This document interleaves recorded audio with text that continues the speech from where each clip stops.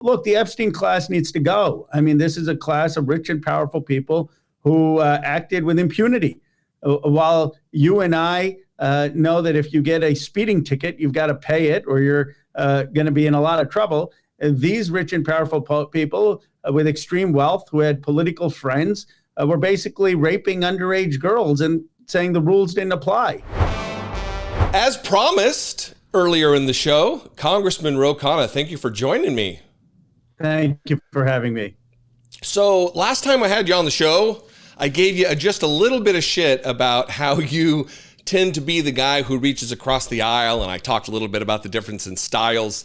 And I want to kind of retract that and maybe say I'm sorry that I was wrong. Not about the difference in our styles, but about the efficacy of reaching across the aisle. And I think the two things I want to talk to you about today kind of dovetail together, structured around that particular element of who you are as a politician and a man. There are different ways to reach across the aisle.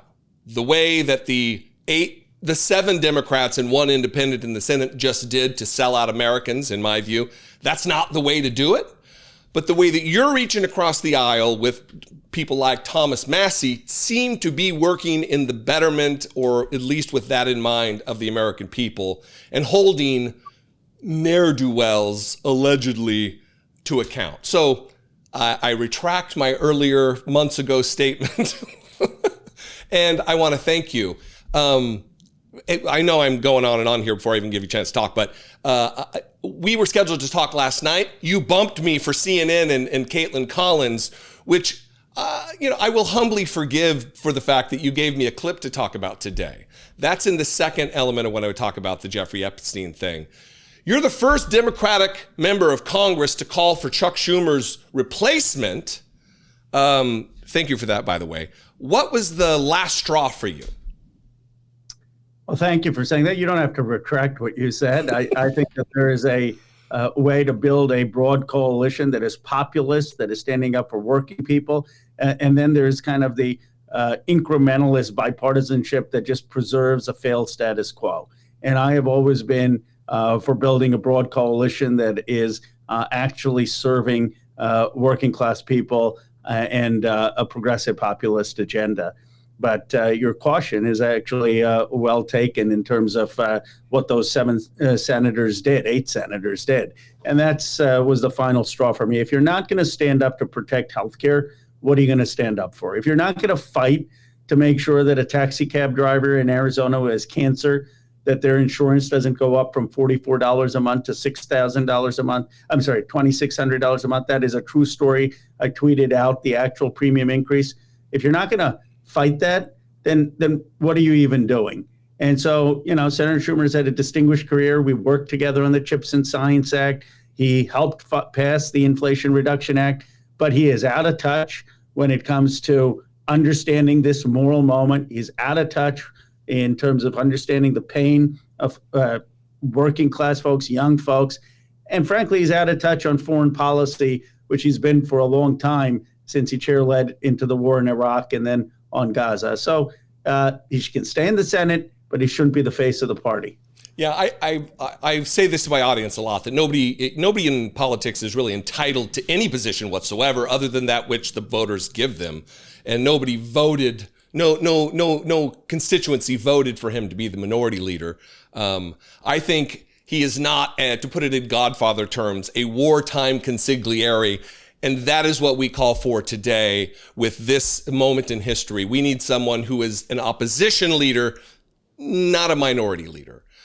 So given that is your position, you were the very first, again, kudos. It doesn't take, you're not like some kind of a brave, steely-eyed war hero for doing it, but certainly it's an abrasive thing to do within your own party. You still got to work in the same vicinity as him on the Hill. Who would you have? I got a couple names in mind, but who would you have replace him? Because we can't just name the problem without offering a solution. Well, I've said before that having a House member call for the ouster of the Senate minority leader is bad enough. Now, if I start naming names, I'm almost hurting them. They'll say, who is this guy in the House telling us how to run the place?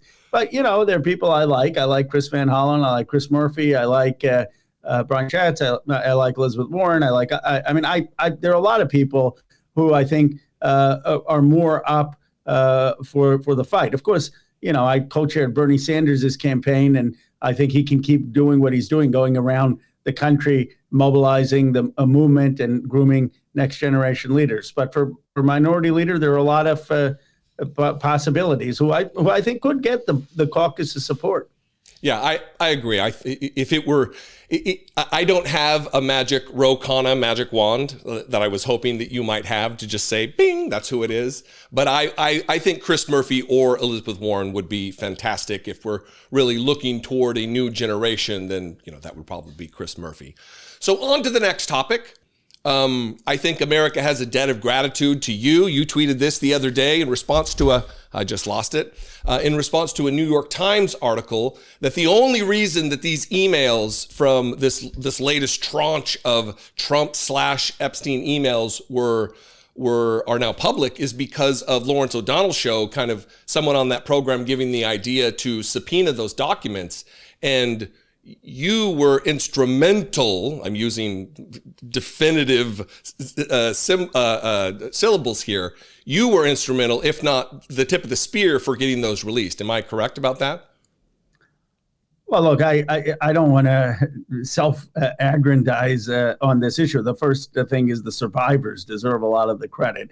The survivors' lawyer, Bradley Edwards, deserves the credit. He was on Lawrence O'Donnell's show, and he said, why isn't someone actually subpoenaing the estate? And I was shocked when I heard that. I said, you mean the Justice Department hasn't asked for documents from Epstein's estate? The FBI hasn't asked for documents from Epstein's estate? So it was Lawrence O'Donnell and his booking team that got that Bradley Edwards. That was a huge coup. And then their team connected me with Bradley Edwards. I guess the only thing I would give my team credit for is that we actually followed up, and we wrote a letter and we pushed to subpoena the Epstein estate. And a lot of times you have people in politics, they love to do the theatrics. They love to go on television. No, who does that in politics? There's not as much glory in the quiet work of legislation. Yeah. But you know what the Epstein files, both getting the discharge petition and these documents, shows is that when you actually do the substantive work, eventually people notice. Well, speaking of the reaching across the aisle and working with the other side for the greater good, you're definitely doing that. I got a thing I want to talk to you about relative to your interview last night in the segment that should have been mine, but Caitlin Collins got it. No heartburn here. There are several Republicans. It seems like there's a sea change among Republicans. Warren Davidson from Ohio and Eli Crane from Arizona. These are two right-wing conservative Republican congressmen. Neither of them signed the discharge petition, and both of them have signaled that they're in it for a vote to release the files. What's your sense, what are you hearing from these people with whom you work on the Hill about what the sentiment on the Hill is about the vote?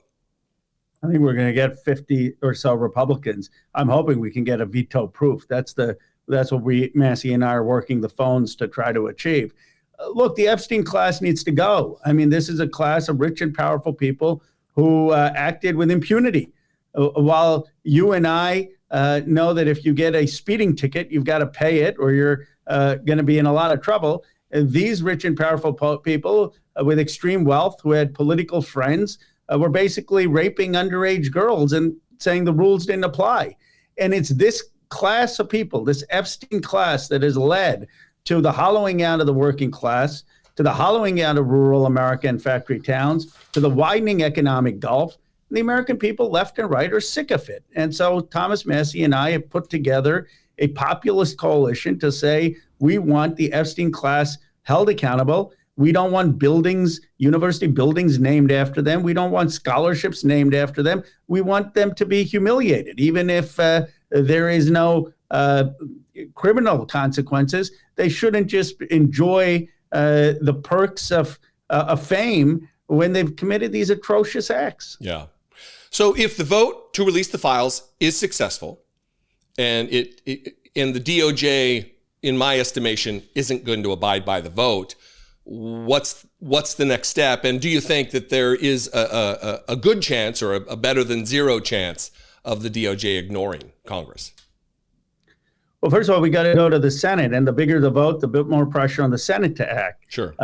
Secondly, this is not going away because the documents are going to keep coming from Epstein's estate. And now you're going to have all these people in the MAGA base on record saying they want the documents released. I do think eventually the DOJ is going to relent. They've released some documents. They're going to have to release more and more documents. And as more Republicans are willing to stand up to Donald Trump, they are going to realize that this is politically not possible for them to just duck this. Look, it's a very hard thing to get a discharge petition. There are only 28 in American history since 1935. The chance of it succeeding is 4%. This will be about the 9th time that the underlying bill actually passes the House of Representatives. And it is the first time since Donald Trump walked down the escalator that you're going to have 40 to 50 MAGA Republicans vote against him. And that is the coalition that Thomas Massie and I have built. And it's a coalition to say, Trump's become part of the swamp that he said he was going to drain. And we need a new generation of political leaders who are going to take on that swamp. So I've got a couple of the emails here in front of me, and I'm not going to read them at length, but just the fact that they're in this one email and from April of 2011, Jeffrey Epstein writes, signaling that Donald Trump spent hours with one of the underage victims. And then this other one from 2018 in August, where he says that, you see, I know how dirty Donald Trump is. Were you shocked? And if so, how shocked were you at the salaciousness and the, it's not good for Donald. This might be the nail in the political coffin of Donald Trump. Were you shocked at all by what we learned? I was not surprised because I knew that Donald Trump had a relationship with Jeffrey Epstein. But what I've been pleasantly surprised by is that Republicans are willing now to break with him. And that is because we have a red line in this country. You don't rape or abuse girls under 18. That's something that the country still views as sacred. And now Trump is seen as weaker than he was certainly when he won. And so the idea that we're getting finally a group of people to stand up to him and that's going to be an overwhelming majority of the House of Representatives is very important. And look, I have been non-political about this. The first casualty of this was a British ambassador who architected Tony Blair's win. We've got corruption today in Sacramento. I mean, there's a former chief of staff who's been indicted for taking money from a campaign account and using it for personal money. I mean, there's been a machine basically in my own state. So what I'm saying is we've got to stand up against moneyed interests and corruption in American politics. Get the big money out, get the super PACs out. Summerlee and I have a bill to ban super PACs. Make sure Democratic primaries, you can't have super PACs, and start to build a new grassroots-oriented politics. That's something that I think can inspire the country. Yeah. Well, indulge me one more moment, Congressman. I want to play a very brief moment from your time on CNN last night and ask you to react. I do think that you could get 30, 40, 50 Republicans voting for it because what are we talking about? We're talking about rich and powerful men who abused young girls and told people in junior high to go recruit others to be raped or abused. That's what we're talking about. And we're saying that these victims want to expose the men who did this to them. Some of these men still have buildings named after them. Some of them still have scholarships named after them. Enough. And so I think when it's actually a vote on the House floor, do you want these files released? Republicans and Democrats are going to vote yes. So that gives me, I'm glad I got bumped. I know I'm just giving a little dig here, but I'm glad I got bumped because it gave me the opportunity to ask the follow-up that wasn't asked by Caitlin Collins last night. Who are you talking about there? Whose name on a building and scholar? Who exactly are we talking about? Well, look, the files will come out and that'll speak for itself. The last thing you want me doing is speculating and feeding conspiracy. And I'm certainly not going to be trying to impugn people's reputations before the evidence comes out. But the evidence will come out. And I've talked to the lawyers who've seen these files and they've shared certain names. But what I want to do is make sure that people get to see that for themselves. I do know for a fact that there are people who are prominent who are entangled with all of this, and people will be furious about it. Now, there's three different things. There's some of these men who basically kept being friends with Jeffrey Epstein, taking money from him or giving him money, knowing he was abusing underage girls. That's outrageous. Yeah. Then there are some men who actually engaged in raping underage girls. That's the worst. And then there's some who engaged in a farm system of abusing women who were over 18 but still being abused. And my view is it all ought to come out, and people should face the consequences. I agree. Largely, or not large, I think it's unanimous in my audience that I don't care, they don't care if it's a Democrat, if it's a Republican, if it's independent, if it's a rich person, if it's anybody involved in these heinous crimes need to be burned to the ground. Legally, they need to face consequences, the kind of consequence that Donald Trump heretofore has not faced. So thanks for your effort in all of this. I don't know, I kind of smell like maybe you're going to be running for president, and the more capable bodies in the race, I think is good. I won't force you or even try to compel an answer, but thanks for. Go ahead. I mean, let's see what happens in the future. I certainly have a vision for where I think our politics need to go and our economics need to go. If I could just say something on economic patriotism, I think the Democrats need a Marshall Plan for America, a vision of how we're going to create economic jobs in a world of AI when blue-collar jobs are threatened, when white-collar jobs are threatened, and how we're going to build economic prosperity with a care economy, with the trade schools across this country. But I have never been more proud of being a member of the House of Representatives than this week. It actually showed what you can do as a member of Congress with I think it showed us all in a coalition. So, this is a good week for asking me what I want to do. I want to try to be the best possible member of Congress. That's an incredible privilege. It's an incredible honor. You can make a difference.